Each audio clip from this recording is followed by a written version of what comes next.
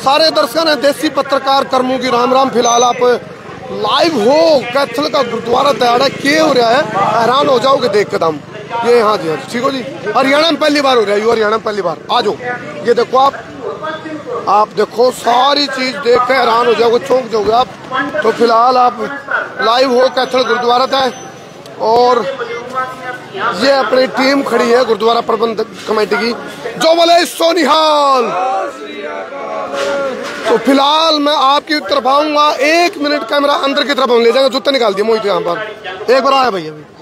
ये देखो अंदर चल रही है, जो छोटे साहबजादे थे उनकी शहादत की जो क्रांतिकारी गाथा है, क्या देखो सिख यानी सीख, ये संगत चल रही है। आप देखो सामने का आप मंच देखो कितना जबरदस्त तरीके से सजाया गया है। ये जो इतिहास की जो गौरवमयी गाथा है, क्रांतिकारी गाथा, उसका बखान फिलहाल संगत ध्यान से पूरा इतिहास को सुनने लगी। और आज मेरे साथ बाहर, ये देखो आप एक बार और मंच की तरफ कर दे। तो छोटे साहिबजादों की जो शहादत है, दिसंबर का पूरा महीना शहादत के रूप में माना जा रहा है। और सिख यानी सिख हो, शहीदी से शहादत से भी किस तरह छोटे साहिबजादों की शहादत थी, उसके बारे में उसका इतिहास का वर्णन गुणगान बताया जा रहा है भी किस तरह वो। हाँ प्रदीप ठीक है, आ जाओ आओ मेरे साथ। रोल करता रहिए मैं कैमरा।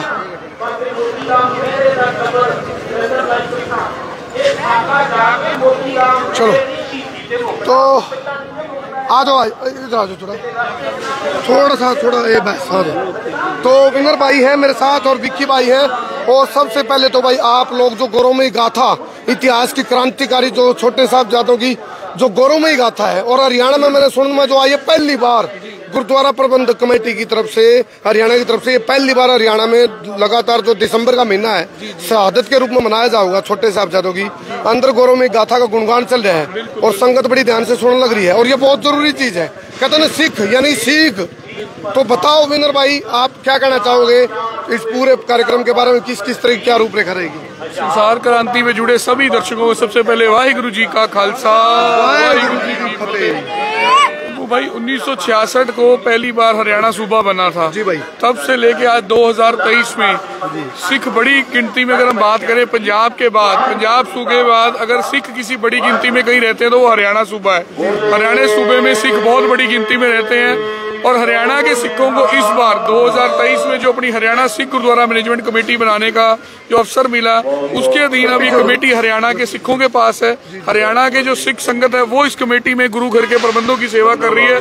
उसके अधीन पूरी कमेटी ने फैसला लिया, प्रधान भूपिंदर सिंह जी असंत, जनरल सेक्रेटरी सरदार रमनीक सिंह जी मान और पूरी कमेटी ने फैसला लिया कि हरियाणा के अंदर छोटे साहिबजादों की शहादत के जो दिन हैं पहले पंजाब में मनाए जाते हैं, बड़े लंबे समय में पंजाब में वर्ल्ड वाइड मनाए जाते थे, हरियाणा में भी मनाए जाते थे, मगर छोटे एक लेवल का प्रोग्राम था। मगर इस बार राज्य स्तरीय स्टेट लेवल जिसे आप कह दीजिए, स्टेट लेवल के ऊपर 7 जिलों में 7 दिन प्रोग्राम होंगे। कौन से जिलों में? ये सबसे पहला जो जिला है वो कैथल चुना गया। कैथल के अंदर पहला प्रोग्राम रहेगा। इसके बाद कल जो है वो कुरुक्षेत्र के अंदर रहेगा। फिर 20 तारीख को पानीपत के अंदर प्रोग्राम रहेगा। 21 तारीख को हिसार के अंदर प्रोग्राम रहेगा, सिरसा के अंदर 22 तारीख को यमुनानगर के अंदर ये प्रोग्राम रहेगा। 23 को त्रावड़ी करनाल के अंदर ये प्रोग्राम रहेगा। और 24 को जो इसकी समाप्ति है वो गुरुद्वारा पंजोखड़ा साहिब पातशाही 8वीं अम्बाला कैंट में होगी। अच्छा देखो दर्शकों का थोड़ा ज्ञानवर्धन हो जाएगा, क्योंकि यहाँ तो चल रहा है गौरवमयी गाथा, इतिहास का वर्णन किया जा रहा है, सबके समझ में आ रही बातें भी, गौरवमयी इतिहास कितना क्रांतिकारी इतिहास रहा है। हमारे दर्शकों का भी थोड़ा ज्ञानवर्धन हो जाएगा। सिर्फ हालांकि ये इतना बड़ा इतिहास है, यदि हम 2-3 दिन भी सुनाते रहे, चाहे 2 साल बताते रहे, ये बहुत लंबा तगड़ा इतिहास है। लेकिन आप कोशिश करो 2 मिनट में छोटे साहिबजादों की जो शहादत रही है उसके बारे में थोड़ा बताओ। बिल्कुल, इसमें ऐसा है कि गुरु गोबिंद सिंह महाराज जी के 4 साहिबजादे थे, 4 साहिबजादे, जिसमें बाबा अजीत सिंह जी, बाबा जुझार सिंह जी बड़े साहिबजादे हैं, जो कि चमकौर की गढ़ी में शहीद हुए थे। जब चमकौर की गढ़ी को घेरा पड़ा तो तकरीबन 10 लाख की फौज ने उस गढ़ी को घेरा डाल लिया था। तो उसमें 5-5 के जत्थे बना के जो सिंह थे गुरु गोबिंद सिंह जी के साथ, वो शहादत के लिए बाहर निकले। तो जब बड़े साहबजादे और बाबा जुझार सिंह जी, तो दो साहबजादे, वो भी गुरु साहब जी के पास आए भी गुरु साहब जी हमें कब मौका मिलेगा शहीद होने का।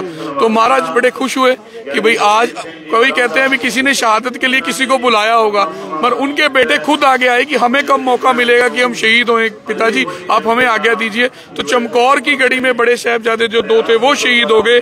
फिर दो छोटे साहबजादे जब सरसा नदी से परिवार का विछोड़ा हुआ तो अपनी दादी माँ माता गुजर कौर जी के साथ वो सरसा नदी जब पार कर रहे थे तो सब अलग अलग हो गए। सरसा नदी पार करते ही छोटे साहबजादे और माता गुजर कौर जी को कैद कर लिया गया।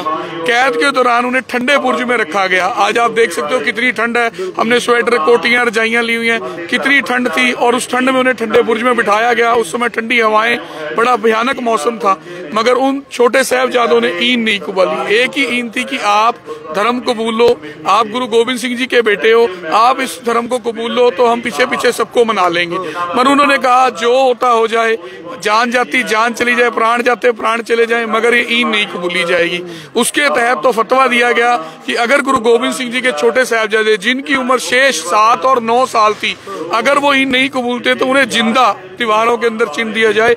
एक पूरे बतौर एक दशक के अंदर आप देख लो, ऐसी शहादत कभी किसी ने नहीं देखी होगी, ना सुनी होगी कोई ऐसी शहादत हो इसमें छोटे 7 साल और 9 साल के बच्चे। क्योंकि आज भी अगर आप गवर्नमेंट का, हमारे भारत का संविधान पढ़ो तो बच्चों को कभी सजा नहीं दी जाती, बच्चों को, औरतों को, निहत्तों के ऊपर वार नहीं किया जाता, पर उन छोटे छोटे बाल साहबजादों के ऊपर जो 7 साल और 9 साल की उम्र थी, शायद लगभग क्या उम्र है इन बच्चों की देख सकते हैं, मगर उन्होंने ईन नहीं कबूली और उन्हें जिंदा दीवार के अंदर चिना गया। जब चिनते हुए दीवार बनाते बनाते वो दीवार घुटने तक पहुंची तो फिर सूबे ने कहा कि अब भी समय, आप मान जाओ, हम आपको जो कहोगे वो देंगे, मगर आप ईन कबूल कर लो। मगर उन्होंने ये नहीं मानी और जो घुटने थे तो साहबजादों के घुटने ही छिड़ दिए गए साथ में कि दीवार टेढ़ी नहीं की जाएगी, और इसके तहत उन्हें दीवारों में चिन के शहीद कर दिया। अच्छा, इसमें इसी मामले में इतिहास में एक प्रकरण आया था भी, बड़े साहबजादे ने कहा था शायद भी मैं आया तो मैं पहले था लेकिन जा तू पहले। बिल्कुल, जिस समय दीवार की उसारी हो रही थी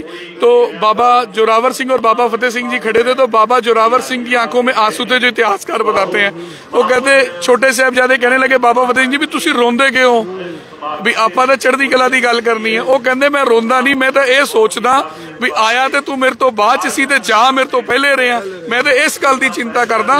कदी भी सिख कौम ने कदी भी ढैंती कला की गल नहीं की, और बाबा फतेह सिंह जी उन्होंने देख के अजे कौम सारी चढ़दी कला च है, जड़ियां दस्तारा, तिलक, जंजू, जो मंदिरां दे टल खड़क रहे ने, जो साडा संविधान इस नेशन भारत का बरकरार है, गुरु तेग बहादुर साहब जी की शहीदी का सदका और उन्होंने छोटा साहबजादे की शहादत का सदका।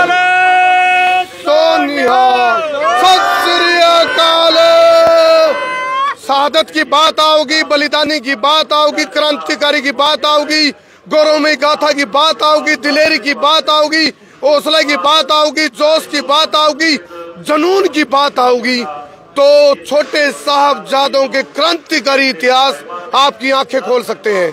और ये जो पीछे इतिहास का वर्णन हो रहा है, ये कोई साधारण वाक्य नहीं है, ये साधारण इतिहास नहीं है, अपने आप में बेमिसाल, अद्भुत, अद्वितीय, अकल्पनीय, जो कभी हुआ तो आगे होगा नहीं ऐसा क्रांतिकारी गाथा।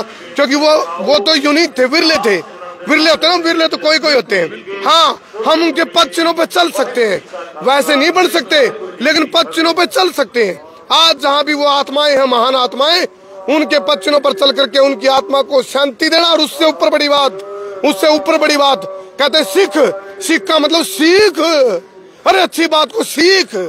तो जो सिख का मतलब सिख, और धर्म के लिए जो बलिदान, जो पूरा का पूरा, यदि गुरुओं की गाथा को देखा जाए तो पूरी की पूरी बेल्ट अपने धर्म की स्थापना, धर्म को बचाने के लिए, सनातन को बचाने के लिए और धर्म को बचाने के लिए। क्योंकि यदि गुरु गोबिंद सिंह जी के इतिहास को पढ़ो तो सनातन का जिक्र भी आवा है, और सनातन किसी से अछूता नहीं है, सनातन किसी से दूर नहीं है, सनातन किसी से अलग नहीं है। सोचो, समझो, विचारो और छोटे साहबजादों की शहादत से सीखो और अपने जीवन का, अपने भविष्य को उज्जवल बना लो। मेरे साथ नौजवान साथी विक्की भाई है, विक्की भाई ने मेरे को जानकारी दी तो मैं सारे काम छोड़ के पहले यहाँ आया। मेरे लिए भी बहुत बड़ी गर्व की बात होगी भाई, इतने बड़े एक दिवस का हिस्सा मैं बनूं तो हमारे लिए एक छोटी सी आहुति होगी। तो हम भी बड़े खुश हुए। विक्की भाई, आपने बड़ा हमारे तक ये जानकारी दी। क्या अच्छा, गुरबख्श सिंह जी, ये यमुनानगर से हैं। आप यमुनानगर से? वाहिगुरू जी का खालसा वाहिगुरू जी की जी, फतेह। बहुत बहुत बहुत मेरे को देखो, आप जैसे आप लोग बता रहे थे ना वर्णन, मैंने जब जब सिखों की बलिदान और शहादत के गाथाएं सुनी है तो रोंगटे खड़े हो जाए, और वो इसने इस कदर तक हो जाए भाई हमारे अंदर भी देशभक्ति का और धर्म के प्रति कर्तव्य निभाने का बारूद पैदा हो जाए। और ये जरूरत हमें। विक्की भाई क्या कहना चाहोगे? करमू भाई, पहले आप एक बात पूछना चाहता हूँ, आपने सिर पे जब की पग बांधी है कैसा लगता है? भाई मैं कहता हूँ एकदम मतलब सब तुम बयान नहीं कर जिस दिन पग नहीं बांधते तो कैसा महसूस होता है? सकते। वही ऐसा लगे जैसे मुकुट उतर गया हो। बस यही, इस पग वास्ते हमने शीश उतार दिए, हमारे साहबजादों ने शहीद हो गए, इससे बड़ी क्या हो सकती है? बिल्कुल बिल्कुल बिल्कुल सही बात है। जो बोले सोनिहाल, वाहेगुरु जी दा खालसा, वाहेगुरु जी दी फतेह। इस चीज को समझ लियो, सोच लियो, विचार लियो, ठीक ठीक समझना, ठीक ठीक जानना, ठीक ठीक मानना और ठीक ठीक उसके ऊपर चलना। क्योंकि ठीक नहीं चले, ठीक नहीं समझा, ठीक नहीं माना, वो भी गलत है। यानी कि सिख को ठीक ठीक सीखना, ठीक ठीक मानना, ठीक ठीक समझना, ठीक ठीक अपनाना, ये बहुत जरूरी चीज है। मेरी बात को समझ लियो आप। बहुत बहुत धन्यवाद। मैं हूँ तारा, देसी पत्रकार करमू। कर दो भाई सर।